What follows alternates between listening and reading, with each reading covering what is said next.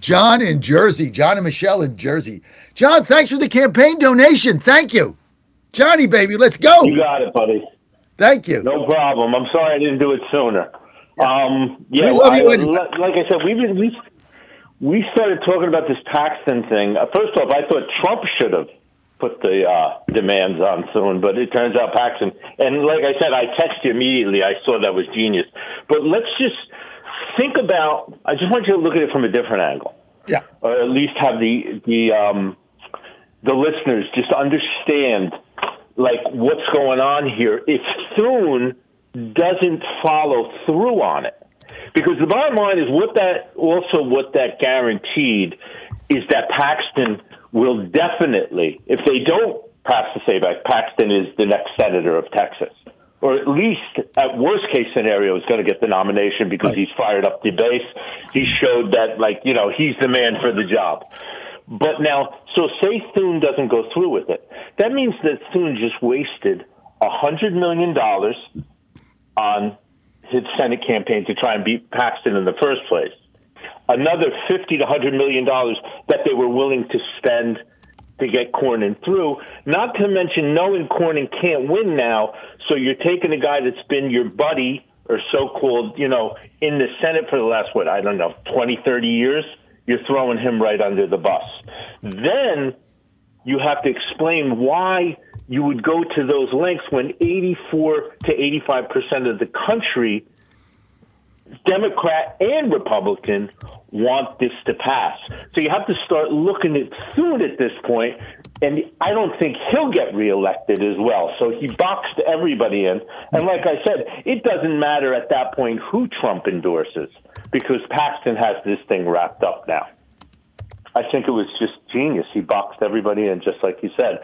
But I want everybody to understand why we have to start saying there's something darker and more sinister going on here with John Thune, why he refuses to pass this common sense legislation that basically all we're asking for is honesty in elections. I don't understand what the big deal is here. It's not the SAVE Act. They want to pass the SAVE Act. They don't want to get rid of the filibuster because that is their way. See, this is beyond, because they know the Democrats will get rid of it. This allows them to not take votes. This allows them to hide behind everything. This allows one senator to hold up anything. It is basically, you can't govern. It makes the Republicans in the Senate toothless, feckless weasels who can't get anything done. And that's what they want. They don't want to take tough votes. So they said there's no vote to take because nothing ever comes up because they can't get to 60. So the whole thing is a clown car in there. This was not, they can't govern with this stupid thing.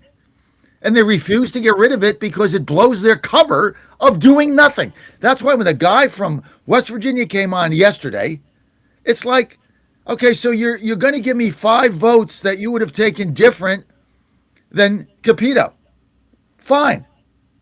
What would that have done? If you don't get rid of the filibuster, you're in the same place.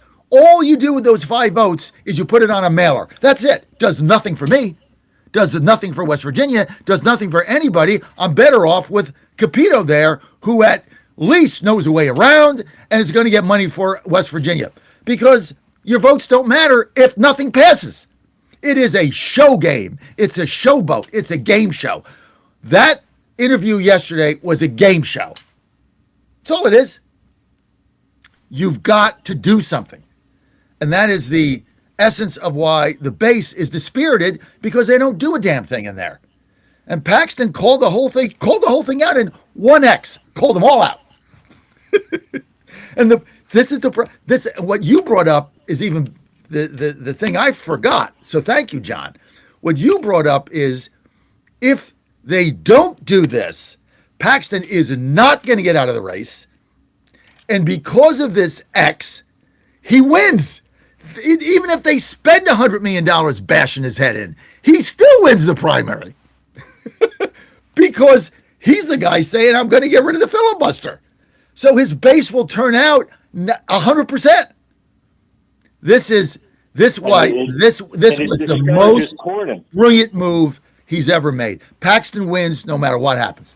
You can't lose now. Come on, man. Yeah, I mean, it's you know, a guy like that could come up with something like this deserves your vote. You know, and like I said, well, you know, if he drops out, I mean, and they do what he says, you know, they're already talking about, like I was mentioning yesterday, they're going to give him some kind of high up position in the DOJ, It doesn't DHS, matter whatever the if case may be. they get rid of the filibuster and pass the SAVE Act because of him. The guy is a national hero. He'll get whatever job he wants. He's a national hero. It doesn't matter. Guy wins no matter what. And here's a guy who's saying, hey, the reason I'm doing this is to save the country. Cornyn's doing it to win re-election and hide behind mommy's skirt, not taking votes.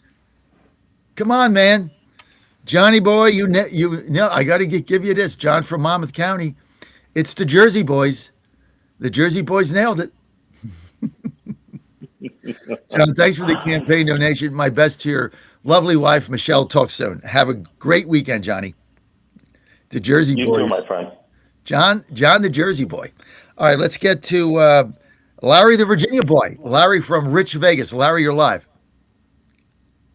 Good morning, Big John. Larry, thank you for the for the campaign donation. Thank you. 10 for you. Somehow or another, the check got lost in the mail, so I had to go to the credit card route. So either way. I'm going to have to try to campaign for you somehow, get up to D.C. real quick. All right, baby. Big layers on the prowl. Man, so much going on this morning. Let's start off with Kristi Noem. I can never, ever get over the fact how the Republican Party never ceases to shoot itself in the foot when we have control. How in the world? I can remember when she got on Nancy Pelosi for flying from D.C. to California in the luxury jet. I mean, my land's alive. If you're going to get something like that, say we got it off some type of dope dealer somewhere, and it's not costing the country any money. If that's what you're going to do it that way. But to sit there and just, say, well, yeah, I did that. Oh, my lands. And then Cash Patel. You're exactly right. These guys, they talk a good game, but they have no balls in the plan. Just like your wife says. No balls in the plan. They're showing it every day. And how the only thing I can think of is why we look like this is when you're chief of staff for the president of the United States, you're supposed to have his back. And right now, I don't think Susie Wiles has his back. It doesn't look like it. She knows all this stuff. She talks to these people. She is the one that allows people to get the president's ear. And right now, I don't feel like he has the ear of the people. He's showing it right now on some things, but other things, it's like, what the heck is going on? I mean, Ken Paxton, with that one tweet, if Thune and Cornyn do exactly what he says, he should be chief of staff of the president. Because I believe with that X, he became the biggest supporter of President Trump's and will have his back like I can't remember his name, the Attorney General for Obama. When he was up on Capitol Hill, what did he say? My job is to have the president's back. Well, it was fine and dandy when he said that, but if anybody says it about President Trump, oh my God, you're supposed to be impartial. Kiss my butt. Kiss my big fat butt. If the president of the United States appoints you for something, not only do you have his back, you better have the country's back. And if we don't get these MAGA people in this line of authority, then we're done. We're done. I don't know who's got to get President Trump's here.